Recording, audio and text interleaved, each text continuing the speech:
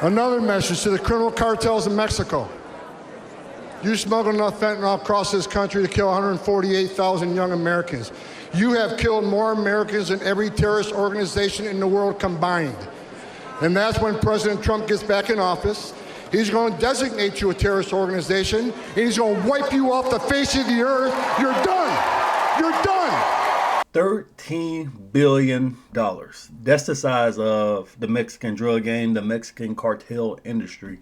And this is up from $500 billion just 6 years ago. So you're in the hundreds of millions, which is still massive. Hundreds of millions of dollars in the drug game during Trump. But now, at the end of Biden, these drug dealers, these human traffickers, these murderers are pulling in $13 billion a year. Now, they may have a lot of help from the CIA, but that's a different story. But Trump is declaring war on these guys. Trump has just appointed Tom Homan, one of the fiercest anti-immigrant advocates that you can find in this country. This man is coming in with guns blazing. You just saw him at the beginning. He ain't playing, man. Trump is coming in for these last 4 years. There's not going to be some lame duck term like a lot of presidents when they were reelected. This man is coming in and is going to be about his business. Let's look at a news clip just to see some of the stuff that these cartels are doing and how they are probably going to try to rush to the border in these last couple of months of Joe Biden. They're going to try to rush in as many slaves, human slaves, sex slaves, and drugs as they can. Mass deportations and military force against the cartels are just two things that Donald Trump has promised during his campaign. And with that comes the concern that the cartels will try to use the opportunity between now and Inauguration Day to smuggle as many people as they can across the border. That means the possibility of a surge in smuggling, and that's just people. Don't forget about the drugs. This is Mexico right here. This is where the wall ends. You can see the boundary here.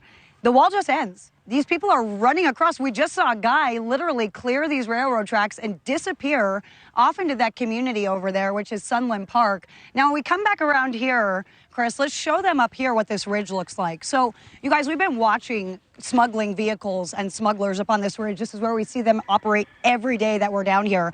And these are kind of like makeshift stash houses. They're going to bring illegal immigrants in there, leave them in there for a couple hours until they have clearance, basically a green light to go. And then they'll send them down and they run into that community. They're going to push hard right now, the cartels. They know they have to. They have a president coming in that's made it very clear. And based on his track record, he will secure this border. He'll declare it an emergency based on what we've had for the last 4 years, and which means it'll seal that border. So the cartels aren't stupid. It's a business. They're going to be pushing their dope through here, their illicit drugs, you name it, to include trafficking people, smuggling people.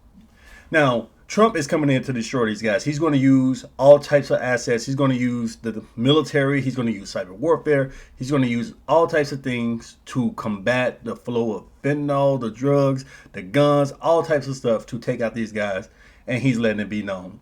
Let's take a listen to some of the stuff that Trump plans on doing. Our country is being poisoned from within by the drugs and by all of the other crime that's taking place. The drug cartels are waging war in America, and it's now time for America to wage war on the cartels. In this war, Joe Biden has sided against the United States and with the cartels. They are making more money than they've ever made before, times 10. When I am president, it will be the policy of the United States to take down the cartels, just as we took down ISIS and the ISIS Caliphate. I will deploy all necessary military assets, including the U.S. Navy, to impose the full naval embargo on the cartels. I did that before, and it worked. Furthermore, I will order the Department of Defense to make appropriate use of special forces, cyber warfare, and other overt and covert actions to inflict maximum damage on cartel leadership, infrastructure, and operations. I will designate the major cartels as foreign terrorist organizations. We will sever their access to global financial systems. I will also work to forge an unprecedented partnership with neighboring governments in our region, just like I did in Mexico. The Mexican government, run by a very fine man, the president, is really working hard, but it's not working out. These cartels are vicious and they're violent, and they have Mexico for now stymied. Well, we have to help Mexico, and we have to stymie the cartels. Either we will get the full cooperation of other governments to stop this menace, or we will expose every bribe, every kickback, every payoff, and every bit of corruption that is allowing the cartels to preserve their brutal reign, and it is indeed brutal. Finally, as I have said before, I will ask Congress to pass legislation ensuring that drug smugglers and human traffickers receive the death penalty. Now, when these guys are labeled terrorists, the president is allowed special authorities. This is what allowed Obama back in the day, what was that, over 10 years ago or so, to delete American citizens without a trial. And we know that's a big no-no for the U.S. government. You cannot delete American citizens without due process. But Obama did it, and nobody has a problem because Obama declared those U.S. citizens as terrorists. So he has special authorities. Now, Trump labeling these guys in Mexico, these cartels, these drug dealers, and probably the ones in the United States who are helping them, they could be in all types of cities. We know they have footholds in New York and Miami and Chicago, and of course they're operating around the border. Trump plans to take these guys out. You hear him talking about the Navy, cyber warfare, special operations. Now, honestly, my honest assessment, this all sounds good on paper. It's like, wow, the U.S. military is about to go after the cartels. This is going to be a mismatch. But truthfully, when we look at the last 10 years, 20 years of these tactics deployed by the United States, they haven't been as successful as you think.